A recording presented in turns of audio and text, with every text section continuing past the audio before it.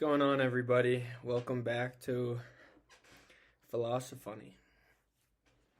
I've taken over a month off, and it's because I got one negative comment.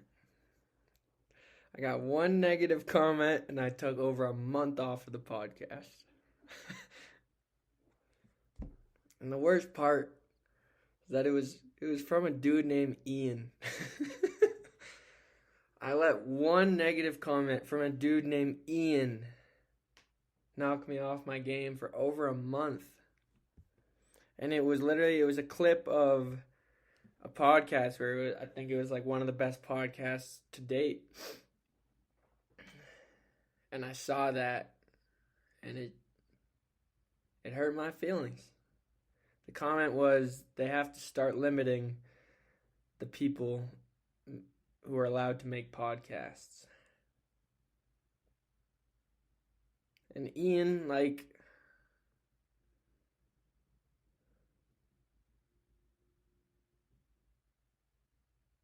this is not easy to do.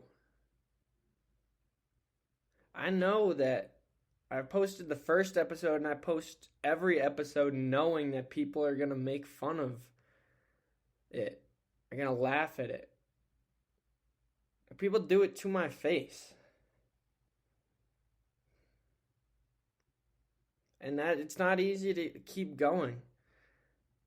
And another thing is I've had people from various stages of my life reach out and be like, and here's another thing.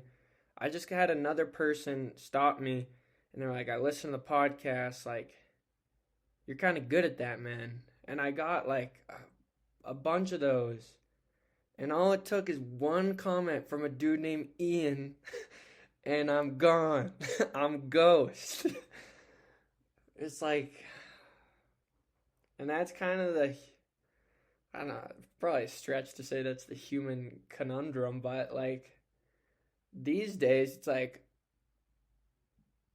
10 people can tell you they like your shirt, and then one person comes up to you and why the hell would you wear that? And it breaks you. And it's just so illogical. Do the math, do the numbers. You got 10 to 1. Well, let's say 9 people liked your shirt, 10%, or one person didn't. That's a 90% success rate. That's probably a great shirt. And I got so many people that were like, I love what you're doing, man. That takes guts. I'm glad you're doing that. And then one dude named Ian. One dude named Ian chirps me, and I'm ghost. My success rate was fantastic. It was, I don't know, it was better than I thought it was. And more importantly, and I'm in social work. I'm getting my master's in social work right now to be a therapist. And the lady, she said a couple things. We had a guest speaker, but one of the things she said are, and now I'm forgetting. Maybe Ian was right. Maybe that is what I'm scared of. But what'd that lady say? I guess we're gonna have to move on. But one of the things she said is, I don't remember. Fuck you, Ian. Oh, yeah. But, it's hard to do this. It's really hard for me. It's it's putting myself out there. And it's something that's hard for me to do on a daily basis as well. And I think it's hard for a lot of people. I go through life and I'm I filter a lot of what I say out because I don't think people are going to like it. And my friend Oscar, who's going to be on the podcast next week, we're coming back, and we're coming back hard. He recommended a movie, and it was about these two guys. And one of them was just kind of a not aware at all kind of mess. You could argue asshole. And then the other one was just this polite people pleaser. And at the end of they go on a trip together. And at the end of the trip, people are saying goodbye to like the unaware asshole. And they're like, oh man, like, I'm going to miss you, dog. Like, I feel like we really got to know you this week. And the other one, they're like, see you, man. And that is true. Because when you hide yourself from the world, you don't even give people an opportunity to know you. And it's like, yeah, people won't dislike you, but nobody will know you. And if you don't know someone, you can't really love them. And it's a very lonely life when nobody knows you. And the first guest I had on was Brad Kessler, one of my best friends, and a large portion of what we talked about is like, all you have, like, being cool, if you were to boil it down to like a definition, is not caring what other people think. And I want to not care what other people think so bad, but I don't know. I don't control what I care about, really. But what I can control is saying, fuck it. More like, I can ignore it. Because the first time I put out this podcast, I was just in a fuck it kind of mood. I knew damn well people were going to like send this. Like, oh, you heard Wes made a podcast? He thinks, like, what does he think you have to say? Like, you have no idea what I've been through. You have no idea what my life is like.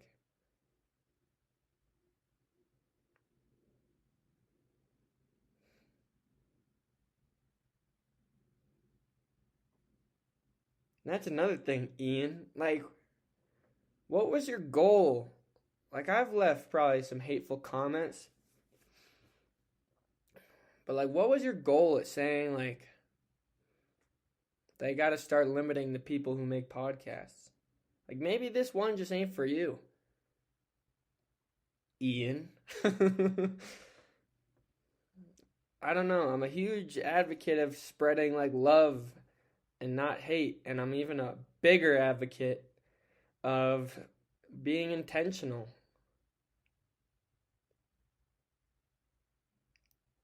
Like, that thought popped up in his head, he commented it, and it took me out for a month.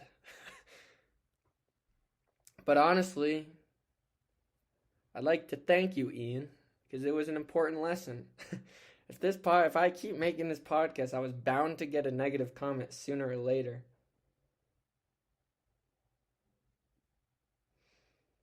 And yeah, I don't know if I'm ever going to get to the point where I don't care what other people think. But I'm definitely going to get to a point where I don't let it control how I act. Know what I'm saying? Type shit. Because you're going to die. I'm going to die. And imagine on my deathbed. Because I don't think about this podcast a ton, but I love doing it. And a part of me thinks it could be successful. And dude, just imagine like I stopped forever because of a dude named Ian. And I'm on my deathbed. And I'm like, all these people told me they liked what I was doing.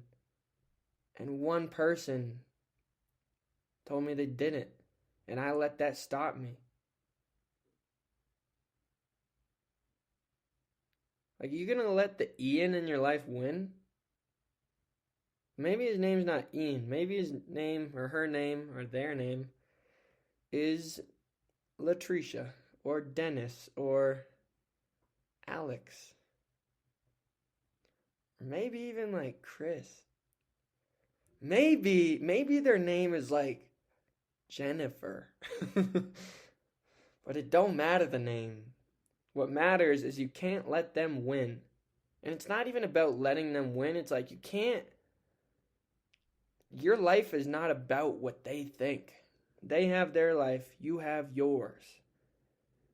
And you're going to let them dictate what you do with your life. You're on earth for a limited amount of time.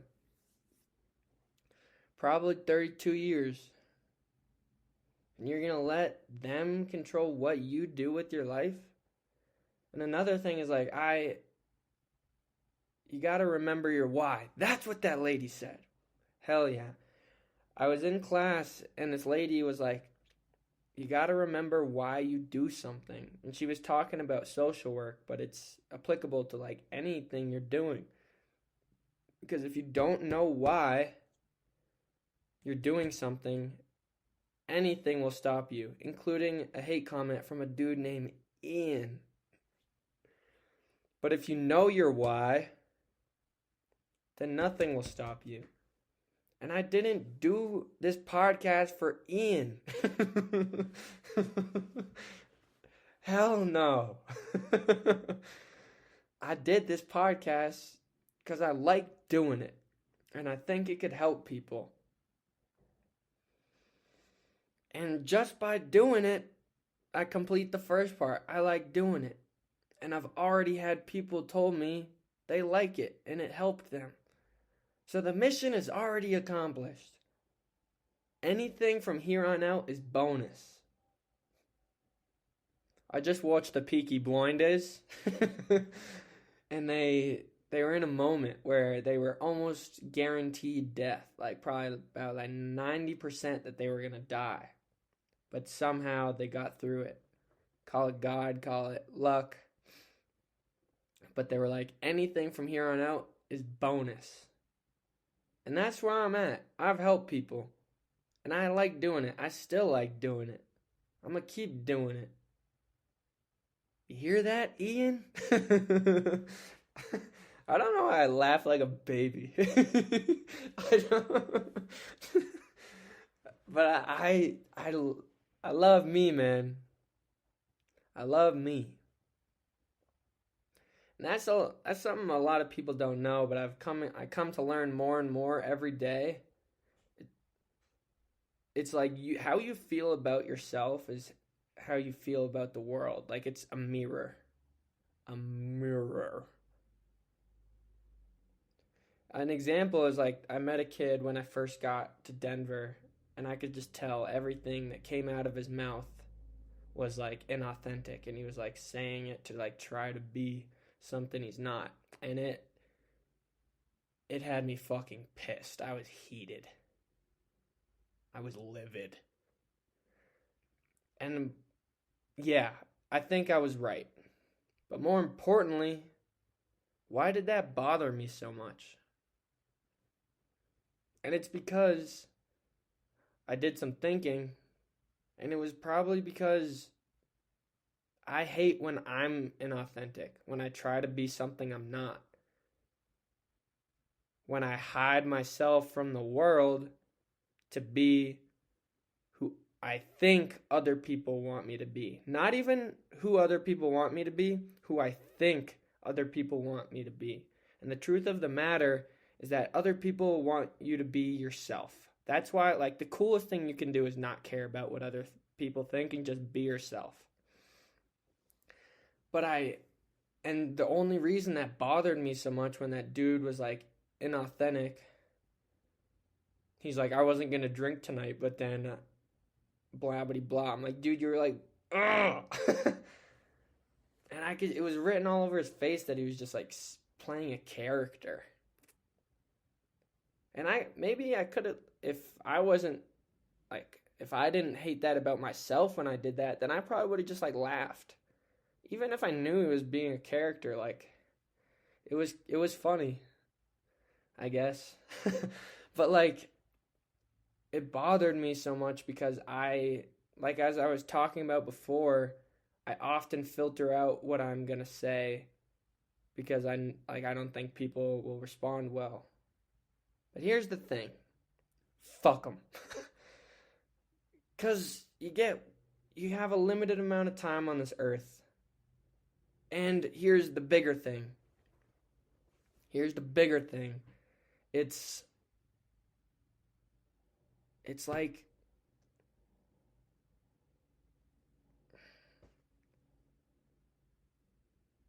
here it is. It's coming.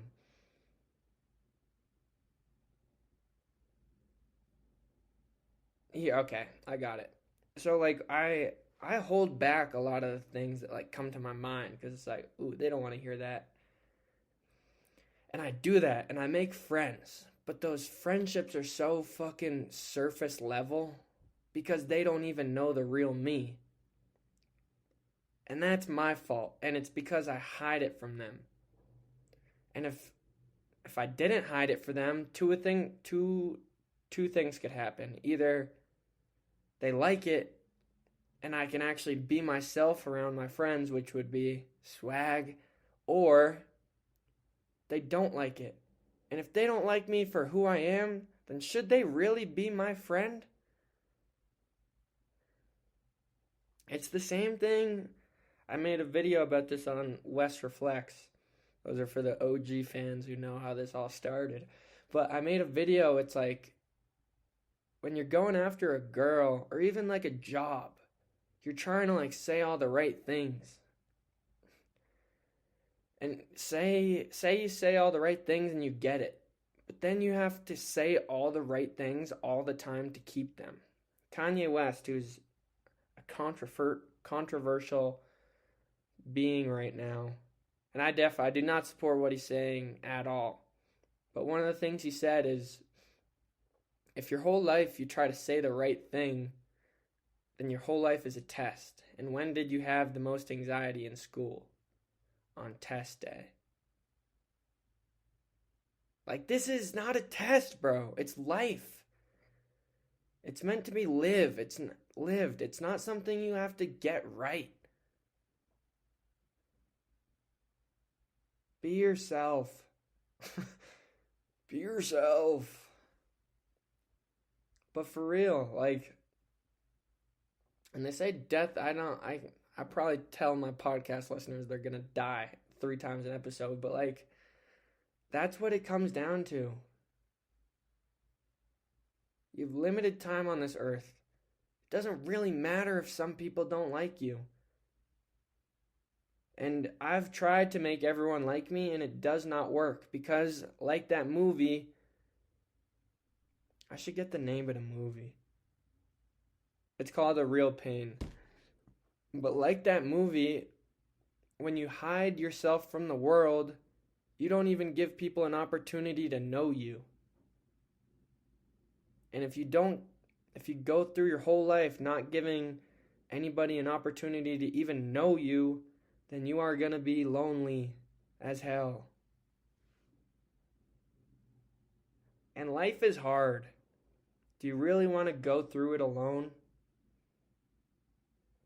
Life is hard enough when you got friends and family and a good job. Life is hard no matter what. That really irks me. Is that people love to pretend that they're doing fantastic when they're not. And I'm probably guilty of that. That's probably why it bothers me. World's a mirror. Or your perception of the world is a mirror on how you feel about yourself is a better way to put it. Type shit. Every time I make a joke, I lose my spot. But,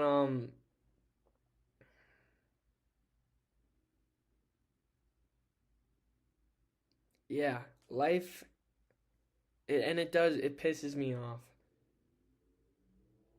That, like, you could be going through it. And because of social norms, like, if someone comes up to you, even when, like, one of your, like, friends, like a school friend comes up to you and they're like, how you doing? You just gotta say good. Even if you're doing horrible. And you gotta post on social media the highlights from the past year. And then someone else looks at that and they're like, oh, look at how amazing your life is. I'm doing like shit. When in reality, they might not be doing so hot. And we're all just fucking pretending. For what? For who? Why? My guess at why is because, especially for men, and I hate saying this, I hate having to like defend men having emotions, but somebody gotta do it. Because showing emotion, especially like saying I'm not doing good as a man, is like, you can't do that. And like, what the fuck? Why are we pretending? And I know the patriarchy is alive and well, sexism is alive and well. Like, women aren't taken as seriously. And it's like, why?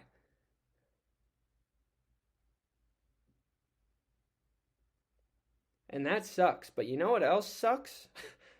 Having to pretend you're doing fantastic all the time. And if you look at the stats, I should probably pull up the stats. I'll hum some elevator music while I pull up the stat. I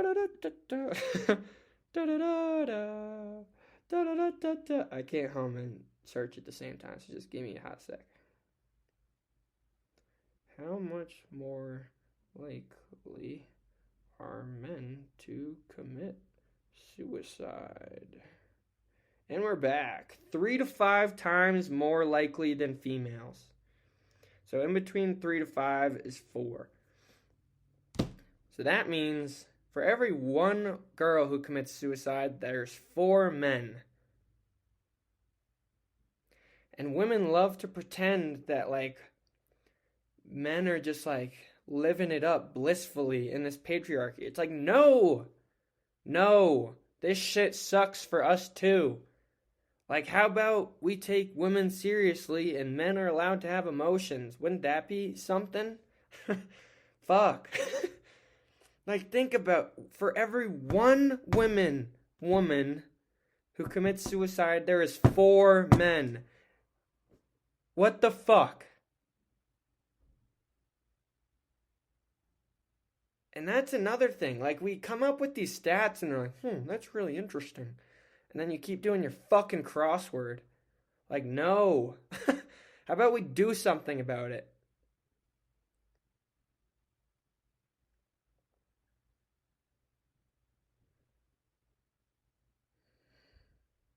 And it's so hard to be a guy standing up for guys having emotions because women are uncomfortable with it and men are also like also scared. So I have no one with me. I mean, it's not like I'm the first ever to do this, but like women don't like it and men don't like it. It's like fuck. But I'm doing it anyway. Because fuck it.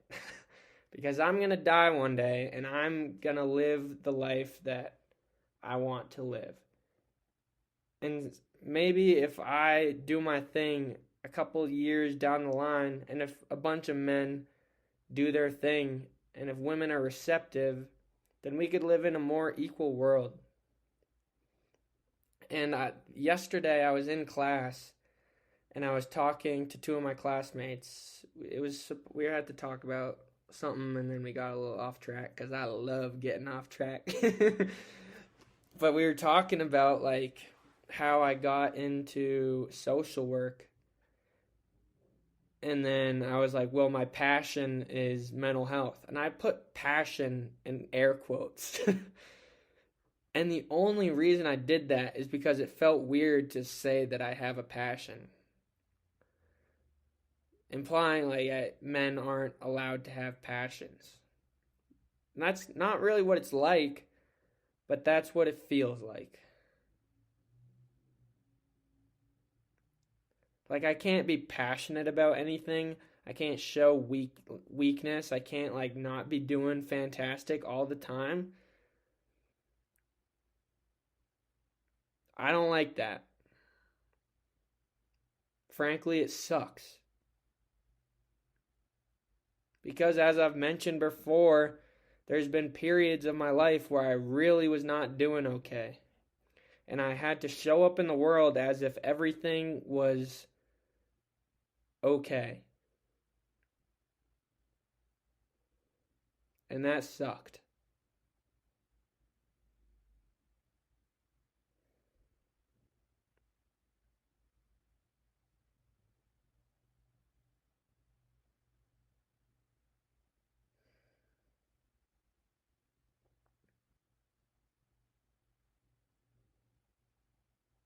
Because it made it twice as bad. I don't know about twice as bad, but it made it a lot harder. Like, not only was I not doing okay, but I had to hide the fact that I wasn't doing okay.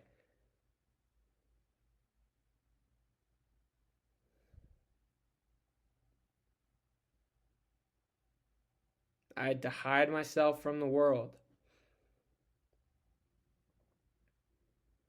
And maybe I didn't have to actually, but that's what it felt like.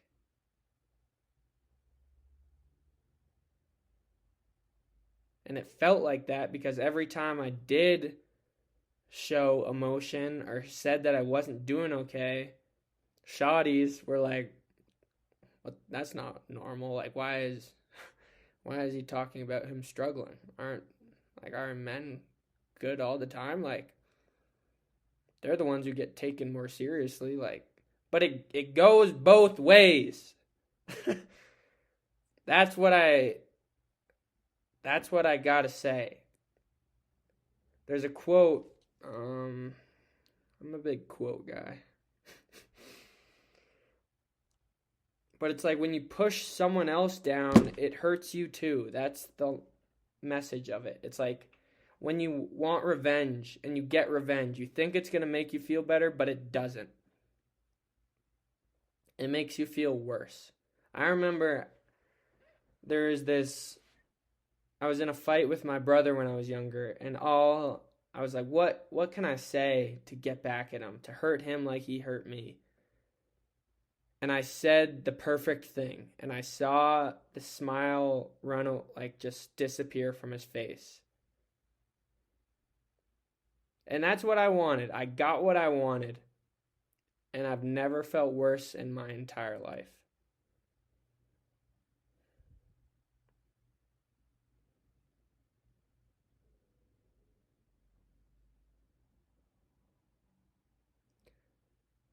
When someone hurts you, like hurting someone does not make you feel, it doesn't make me feel better. Maybe it makes you feel better, but it certainly does not make me feel better.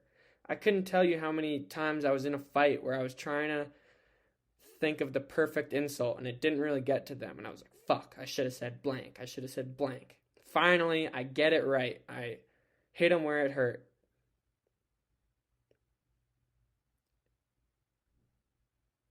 And it's one of the worst I've felt in my entire life.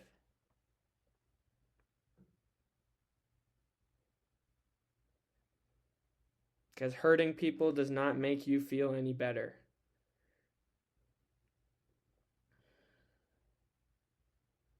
And this is a little tangent, but I learned about this. It's like women, when we were like cavemen and shit, women were having the babies and men were out like getting the food. That like we can't have babies. So we got the food. And then when the Industrial Revolution happened a couple of thousand years later, you guys were still having babies, but instead of getting the food, we went to work so we could pay for the food. Like, it wasn't just like men got together and were like, all right, fellas, what's going on? Yo, what up, Derek? We're gonna make it so women are not taken seriously and all they can do is like fucking be housewives and it's gonna be sick. No! That is not what happened, bruh. This wasn't planned. It just happened. That's another thing. So I had some troubled times in my youth as I continue to ruminate in like a big baby. And for so long, I was like, why is this happening to me? Like, what did I do to deserve this? And there was a very important mistake in that wording. Like, shit does not happen to you, it just happens. Like, that's the equivalent of like, there's a tree in a forest, and there's a huge storm, and maybe, and this tree is like, oh, fuck, like, why is this rain happening to me? No! The rain is not happening to you, it's just happening. It's not about you. That's the whole thing. Like, I just read a book, and that's what me and Oscar are going to talk about next week. But, like, it's not about you. You are not the center of the universe. Shit doesn't happen to you. Shit just happens. Some of it's good, not even. Some of it you perceive as good, and some of it you perceive as bad. And you're like, why is this stuff I perceive as bad happening to me? No. Bad dog. It is not happening to you. You are just a piece of the puzzle. Life is not about you. I watched this Cosmos documentary with Neil deGrasse Tyson, and like, life isn't even about humans. Humans, they said, if like all of time since the Big Bang, say if the Big Bang happened on January 1st and where we now are at happened at the very like end of the year, 1159, at the end of that year on December 31st, of that whole timeline, of that whole year, humans have only been around for a couple, like, from like 8 p.m. to midnight on the last day. The rest was like fucking dinosaurs, and it was like algae. Like, this is not about us. Fuck. And someone like, and like you, I don't know, what do people struggle with? I had my struggles from the world, so I'll come up with another one. But some people are like, my parents got divorced. Why is this happening to me? It's not about you. Your parents don't love each other anymore. I'm sorry. I know divorce isn't funny, but it hasn't happened to me, so I think it's a little funny. But it's dead ass. Like, your parents getting divorced doesn't really have anything to do with you. It's about their relationship that you are not a part of. And it's like, say you're sad about your dad abandoning your family. It's like, what did I do to make my dad leave? It's not about you. The family life was probably too much for him, and that's probably due to other circumstances. Life doesn't happen to you, it just happens.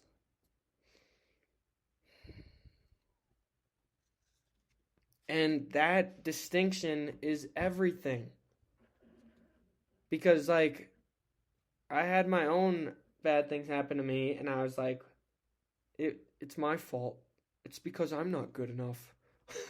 And then I try to be perfect so I never get hurt again. And it's really not funny. It's so stupid. But that's genuinely what happens to so many people. Like, someone's parents get divorced and they're like, it's because I'm not good enough. And no, it's not about you. And that you try to like change to be perfect so you never get hurt again. But let me tell you something. Pain is unavoidable, people. No one gets out of this life unscathed. And often what happens, there's a, I don't know what exactly he is. I know for sure he's an author. I think his name's like Gaber Mate. He's like, babies are narcissists. And this is what he means like by that. It's like, oh, I cried and my mom didn't come get me. I'm a bad baby. And I, like, no. Your mom had to take a fucking phone call. She has a job. Because it's 2024 and women can work now. They're not just taking care of babies. You sexist asshole baby. Oh, it's all so complicated. But it's like, yeah. Oh man. Everything is connected.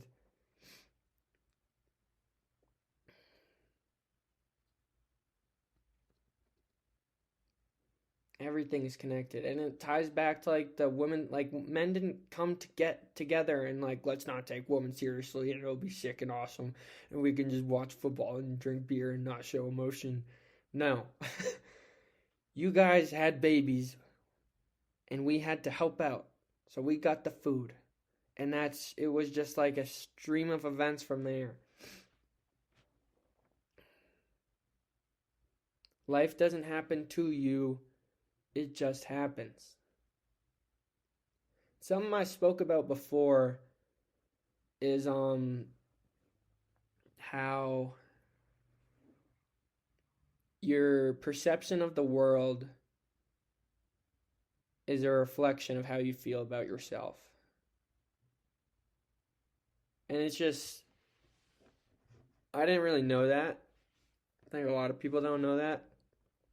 But it's, once you see it, you can't unsee it. And yeah. But like, think about it. If you're always, and it's, I don't know if it's like a, causation is not correlation. That means like I don't know which causes which. Maybe how you feel about yourself is a perception about how you see the world. I don't know which one causes which, but it's very connected, that it's like if you're always pointing out what's wrong with you, you're always going to point out what's wrong with other people in the world. But if you're compassionate towards yourself, you're going to be compassionate towards other people. And compassion, and that's why like self-love and being compassionate towards yourself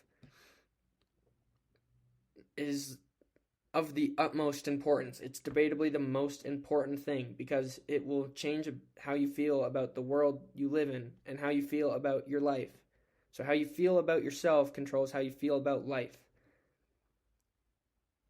And your life's a lot better when you feel good about life. When you wake up in the morning and you're like, let's fucking go, dude. Like, I've been on a roll lately. I'm gonna fuck some shit up. I'm gonna shake the world up. Get ready, world, because here I fucking come. Or it's like, man, I gotta do this again. I gotta fucking brush my teeth and take a shower and go to fucking class. I hate class. Class is too long. You see the difference there? And that's why I'm a little bit of a hippopotamus, because I don't take my own advice. Well, I do, but, and maybe this is just me not being that compassionate towards myself, because I apply what I learned probably more than anyone I know. Maybe, I don't know. But yeah, but I don't really give myself credit for it. Like, maybe I don't apply everything I've ever learned. And maybe it's because I've been through a lot, and I'm 22 and I'm a work in progress. And that's the thing, like, people are like, the world's fucked, and I wouldn't really disagree, but we've, like, think about how we got here. Like,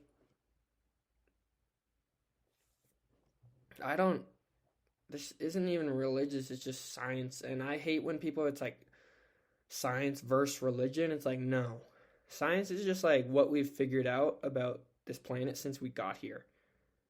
It's whatever. I won't talk about that right now. But like, this is insane that I have to say it like this, but all right. So we're humans on Earth, and eventually there had to have been like the first humans on Earth. And how that happened is up in the air. But I'm team evolution. So whatever. At one point, you were the first humans on Earth. You weren't given any instructions. You're just trying to stay alive. With like tigers and all that jazz around you. Like tigers and other angry humans. You're just trying to stay alive. And as time has gone on, we expect ourselves to have it like all figured out. It's like, no. Like, we weren't given instructions, really. Jesus left a little book.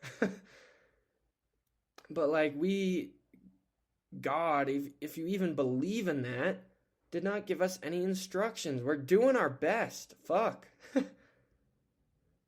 And yeah, we got some problems, but, like, essentially, we're just trying to stay alive still. Like, life is hard. There's a lot of scary things in life.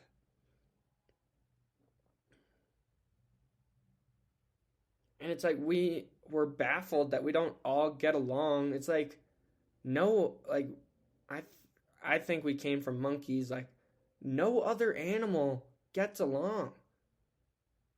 Like, they make tribes and, like, gangs of animals, and then they fight each other. And that's kind of what we're doing.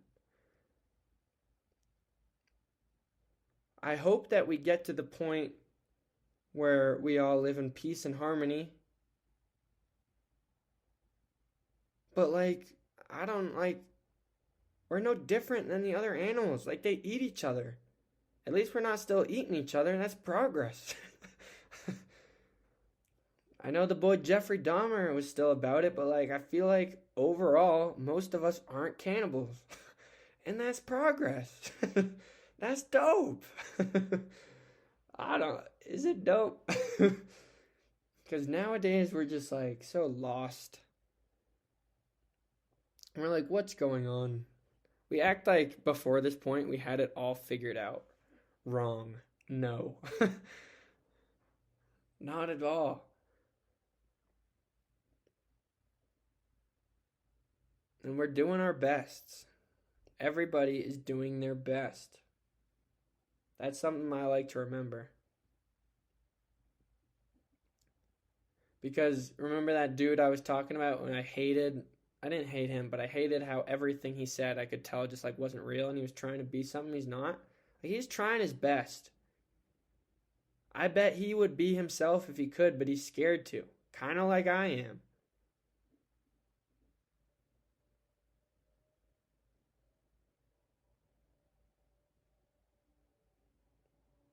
And also, everybody is going through something that you know nothing about.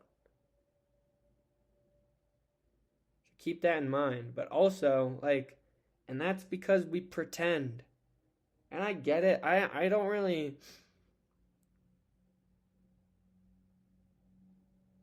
when I say, oh, how's it going to someone? And they're like, I'm really not doing well. I kind of judge them too, but, can we work on that? Because everybody's going through something you know nothing about, because we're all just hiding ourselves from the world. At least I am, sometimes. I care what people think. One dude named Ian left a hate comment, and it took me out for a month. That's how fragile I am. But I'm coming back, and I hope you do too. And I'm coming correct. And I hope this podcast blows up one day, but even when I was doing it before, there were a million good things about it. And one dude named Ian who said he didn't like it. And I let that outweigh all the good things. One, I liked doing it. 2, it helped other people. 3, it made me and my dad closer. We really liked talking about it together. 4, it reconnected with me with friends that I don't often talk to because I was doing it online. One of the episodes I did was titled "The Chillest Dude I Know." And that was my fucking boy from over the summer. And if we didn't film that, we maybe never would have talked again. But we had that conversation, and we were both like, man, I forgot how much you're my fucking dog, man. And I love you, and I love talking to you. And this is what made that happen.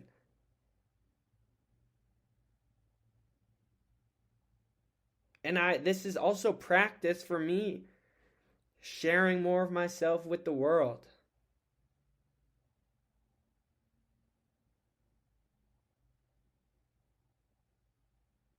So all that, then there's one dude, you'll never guess what his name is, who said he didn't like it. And I stopped. For a month. One hate comment equals me stopping for a month. So if I get 12 hate comments, I'm done for a year. But it's really not funny.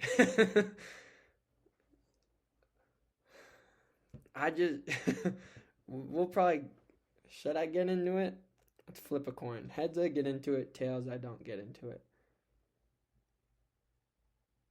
Siri, flip a coin. Tails. Siri says tails, so I guess we won't get into it. It'll be for another time.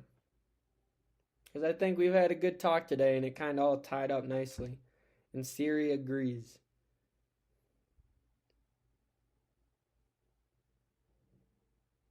So if you're listening, Ian, nah, I'm playing. I love you, Ian, and I have compassion towards you because I don't know. I don't know what you're going through. Maybe you were having a bad day, but I forgive you, Ian, and I love you. But you know who I love even more is y'all. If you're still listening, I'm very happy I did this. I'm getting back to this. And thank you to all the people that reached out and said they liked it because y'all are the only reason I'm back. I don't know about the only reason, but y'all are the reason I'm back. And I'm coming for blood. Thank you for listening.